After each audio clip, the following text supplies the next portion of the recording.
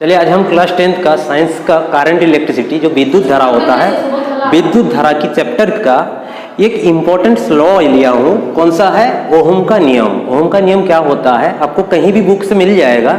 ये लॉ लिख लीजिए, उसके बाद मैं इसको एक्सप्लेन कर दूंगा, कभी आपको रटने की जरूरत नहीं पड़ेगा। ठीक है ना? तो देखिए नियम क्या कह रहा है। ओहम के नियम के अनुसार यदि किसी चालक की भौतिक अवस्था, जैसे भौतिक अवस्था कौन कौन है?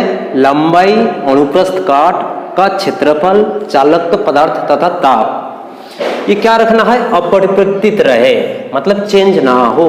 तो चालक में बहने वाली धारा चालक के सिरे में विभवांतर उसमें प्रवाहित होने वाला धारा के समानुपाती है। इसे ओम का नियम कहते हैं। नियम तो कहीं से भी मिल जाएगा, लेकिन मैं इसको जब एक्सप्लेन कर दूंगा आपको इजी लगने लगेगा। तो चलिए पहले स्टार्ट करते हैं। क्या दिया है देखिए, पहले क्या है? एक चालक बोला है, तो मैं एक पहले चालक बना लेते हैं।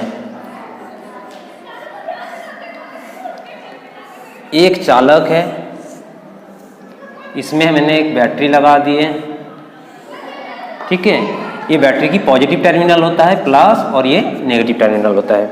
इसको पहचानने की तरीका है, जो बड़ा होते हैं वो पॉजिटिव होते हैं, जो छोटे होते हैं वो माइनस होते हैं। ठीक है, और यहाँ पे एक रेजिस्टेंस लगा है, प्रतिरोध लगा है R, और यहाँ पे बैटरी लगा है, बैटरी का वोल्ट से दर्शाते हैं, और प्लस डायरेक्शन से धारा चलना स्टार्ट होता है I, फिर ऐसे जाकर के इस डायरेक्शन से आकर के फिर ऐसे चलने लगते हैं। ठीक है, तो देखिए ओहम्स लॉ क्या कह रहा है।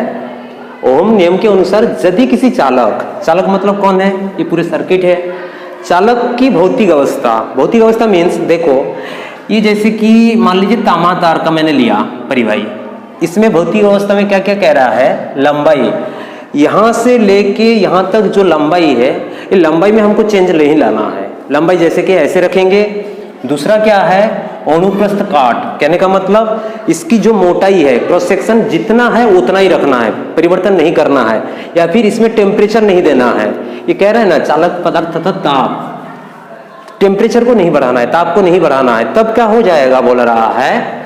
अपरिवर्तित रखे। तो चालक में बहने वाली धारा, कहने का मतलब कौन है? I। चालक के सिरों के विभवांतर, चालक के सिरों के विभवांतर, ये जो भी धारा के समानुपात होता है।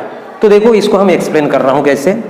मान लीजिए यहाँ पे मैंने 2 वोल्ट बैटरी लगाया, इस परिवाही में जितने करंट प्रवाहित होगा, 5 वोल्ट बैटरी लगाएंगे तो उससे अधिक प्रवाहित होगा, फिर 5 से 10 वोल्ट लगा दे तब भी अधिक होगा। तो कहने का मतलब V के साथ I क्या हो रहा है? डायरेक्टली प्रोपोर्शनल, मतलब जिसको हिंदी में अनुक्रमणिक कहते हैं। तो हम लिख सकते हैं क्या? V अनुक्रमणानुपातिक I हुआ। क्यों? क्योंकि यहाँ पे 2 वोल्ट लगा रहा हूं, तो जितने धारा प्रवाहित होगा 5 वोल्ट में उतना नहीं अधिक होगा, इसलिए V बढ़ाने पे I बढ़ रहा है। अब देखो ये प्रोपोर्शनेट साइन को हटाते हैं, तो V बराबर ये हटाते हैं तो R आता है। R को क्या कहते हैं? प्रतिरोध। तो इसलिए यहाँ पे बोला देखो, प्रवाहित होने वाला धारा समानुपाती होता है किसके विभवांतर के साथ। देखो V जो है I के साथ समानुपात है, और इसको जब हटा दिया रेजिस्टेंस आ गया, जिसको प्रतिरोध कहते हैं। तो V बराबर क्या हो गया? IR हो गया। अब इसमें से आप R बराबर भी निकाल सकते हो। R बराबर क्या हो जाएंगे? V upon I। ठीक, अब इसकी यूनिट भी पूछता है आपको R का, तो R का यूनिट क्या होगा? V का क्या होता है? वोल्ट, I का होता है एम्पियर। ठीक है, तो वोल्ट बाई एम्पियर, जिसको ओहम कहते हैं। एक वर्ड में लिखोगे तो ओहम। ठीक, इतना तो समझ में आ गया। अब देखो इसका ग्राफ आता है, आलेख बनाने के लिए आता है ओहम्स नियम को। तो हमको क्या मिल चुका? देखिए यहाँ पे V इक्वल टू क्या मिल चुका है? IR ना, चाहे RI जो भी पढ़ोगे। तो V जो है, V बराबर IR को, V बराबर IR या फिर RI को आप Y बराबर mx प्लस C के साथ, जो स्ट्रेट लाइन की इक्वेशन होता है ना, सरल रेखा की जो समीकरण होता है, उसके साथ कंपेयर कर रहा हूं। तो Y मतलब कौन है? V, mx मतलब कौन है? RI, C कोई नहीं है मतलब 0। तो 2 एक्सिस ले लेते हैं हम, इधर y एक्स एक्सिस होता है, इस तरफ y एक्सिस होता है। तो y एक्सिस पे कौन है? हमारा वोल्टेज है, मतलब V है, और x एक्सिस में मेरा कौन है? आई है, मतलब धारा है।